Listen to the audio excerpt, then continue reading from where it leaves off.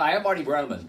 When the Reds asked me to go back and reflect upon what I could remember of the 1990 World Series, it immediately came to mind that this was going to be a labor of love for me.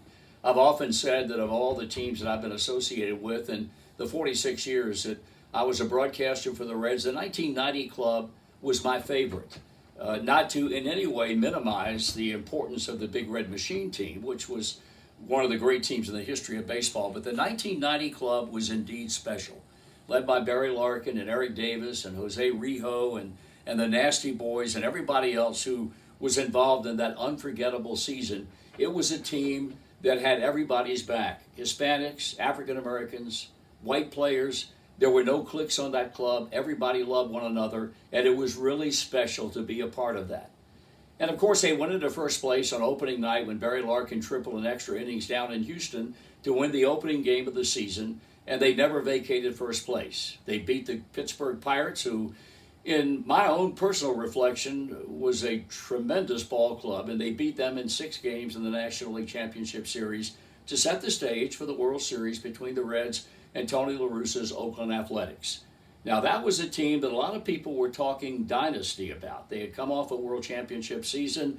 It was a team that had seemingly everything it took to have a run of very, very successful seasons with maybe more than one World Championship thrown in. The Reds were decided underdogs, and it was almost like an afterthought in terms of being compared to the Oakland club led by McGuire and Ken Seko and all the rest of the people that made that an outstanding ball club. Game 1, of course, was played at Riverfront Stadium.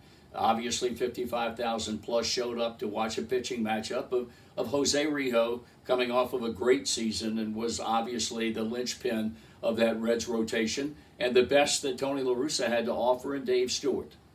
And when you go back and you talk about big home runs in the history of this franchise, do not in any way minimize the greatness of the ball that Eric Davis drove onto the concourse in center field with a man aboard in the first inning off Dave Stewart to give the Reds a quick 2-0 lead. That home run really set the stage for the entire World Series because however little Oakland might have thought about the Reds ball club, and I really don't think that they felt that in their wildest nightmares that they would lose the World Series, much less lose it in 4 games, Davis's home run brought everything to the forefront immediately.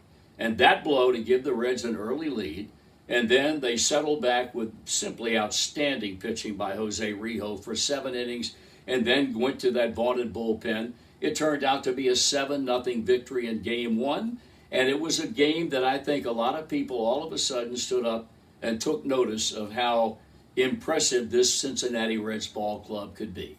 So sit back and relax and enjoy game number 1. It was a lot of fun.